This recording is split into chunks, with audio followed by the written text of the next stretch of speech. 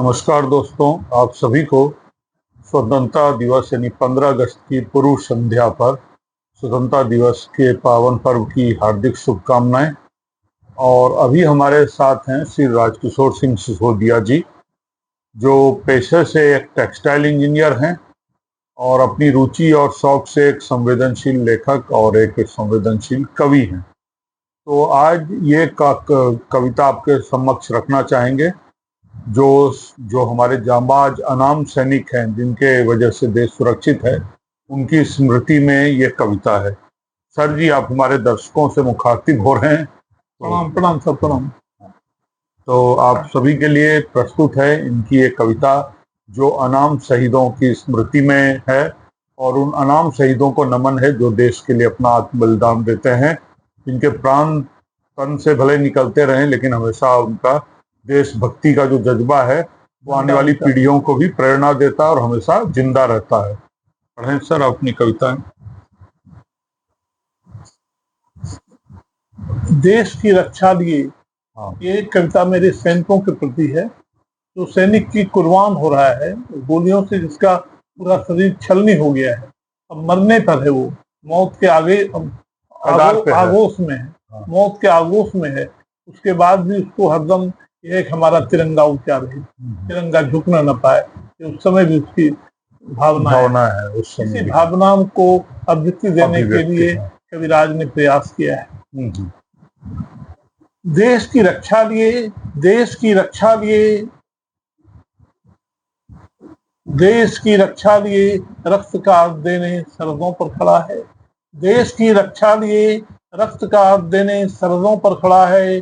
दुश्मनों की गोलियों के स्तन के सीने पर झेलने को जो निर्भय खड़ा है।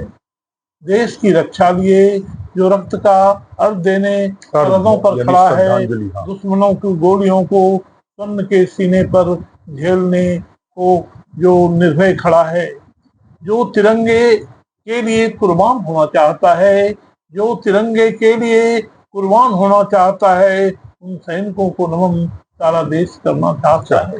जो तिरंगे के लिए कुर्बान होना चाहता है, उन सैनिकों का नमन सारा देश करना चाहता है। जो तिरंगे को गगन में, जो तिरंगे को गगन में ऊंचा उठाना चाहता है, जो तिरंगे को गगन में ऊंचा उठाना चाहता है, जो उसे अंतरिक्ष के ऊपर फहराना चाहता है, बहुत अच्छा, जो उसे अंतरिक्ष के ऊपर फहराना चाहता है, जो देश की आन बान शान को सर्वोच्च शिखर पर लाना चाहता है, जो देश की आन बान और शान को सर्वोच्च शिखर पर लाना चाहता है। नमन सैनिकों को, नमन सैनिकों को आज सारा देश करना चाहता है। नमन उन सैनिकों को आज सारा देश करना चाहता है। कविराज उन सैनिकों की भावनाओं को अभिव्यक्ति देना चाहता है। कविराज उन सैनिकों की भावनाओं को अभिव्यक्ति देना चाहता है। कविराज उन सैनिकों की भावनाओं को अभिव्यक्ति देना चाहता है। सैनिकों की कामना को नव भाव देना चाहता है। कविराज उन सैनिकों की भावनाओं की अभिव्यक्ति देना चाहता है। सैनिकों की कामना को नव भाव देना चाहता है। गोलियों की बौछार में, गोलियों की बौछार में जो तिरंगा गगनांगन में ऊंचा लहराने खड़ा है। गोलियों की बौछार में जो तिरंगा गगनांगन में ऊंचा लहराने को खड़ा है। उनकी वीरता और शौर्य को मैं अभिव्यक्ति देना चाहता हूँ। उनकी वीरता और शौर्य को मैं अभिव्यक्ति देना चाहता हूँ।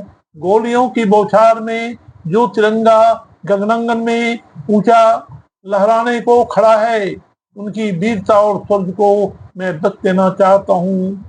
देश को, देश के बाल वृद्ध युवा सबको जगाना चाहता हूँ। देश के बाल वृद्ध युवा सबको जगाना चाहता हूँ। सैनिक गिरा है समर में, सैनिक गिरा है समर में, मौत सीने पर खड़ा है। सैनिक गिरा है समर में, सैनिक गिरा है समर में, मौत सीने पर खड़ा है। पर वीर सैनिक मौत को ललकारने को अड़ा है।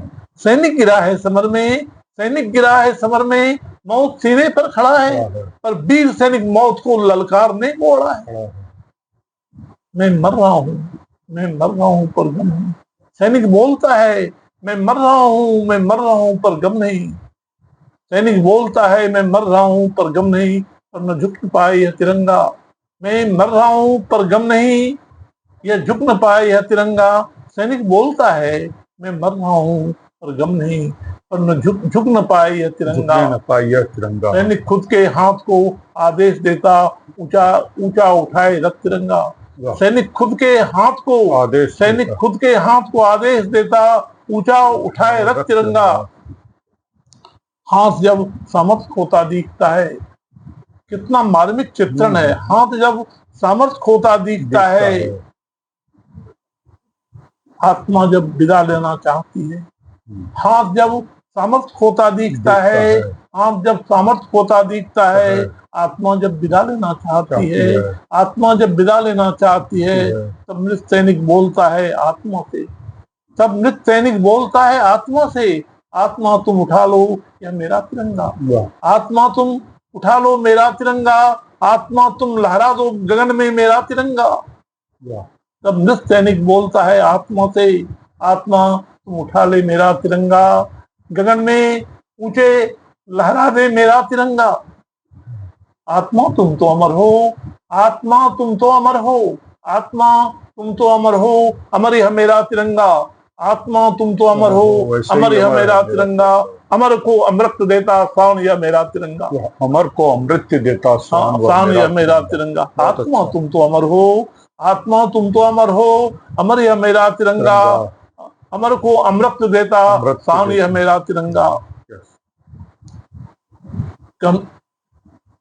स्वातंत्र के स्तर पर उन सैनिकों को नमन करना चाहता हूँ। स्वातंत्र के स्तर पर उन शहीद सैनिकों को नमन करना चाहता हूँ। वीरता और रोज का भाव मैं जन जन में भरना चाहता हूँ। स्वातंत्र के स्तर पर उन शहीद सैनिकों का मैं नमन करना चाहता हूँ। वीरता और रोज का भाव मैं जन जन में भरना चाहता हूँ। स्वातंत्र की नींव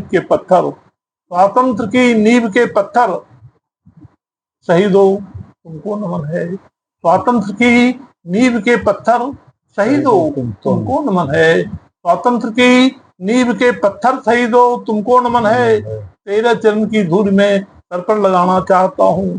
तेरे चरण की धूल में सर पर लगाना चाहता हूँ। सच में महानायक तुम ही हो, सच में महानायक तुम ही हो, यह जग को बताना चाहता हूँ। सच में महानायक तुम ही हो, यह जग को बताना चाहता हूँ। बहुत अच्छा कविता है ये, और कितनी अच्छी देखिए भाव है। मैं भी इस कविता में एकदम खो गया था। तो कविता समाप्त हो गई अब मुझे पता चला। तो वास्तव में जो एक प्रेरक कविता होती है, कहीं ना कहीं हमें एक बेहतर तरीके से सोचने के लिए राष्ट्र के प्रति प्रेरित करती है।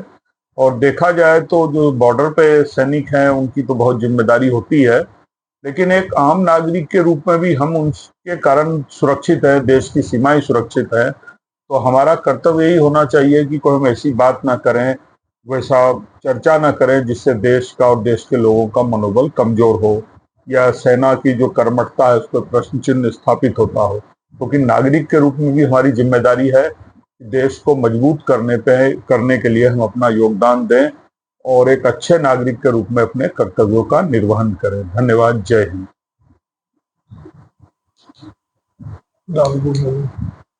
ठीक है।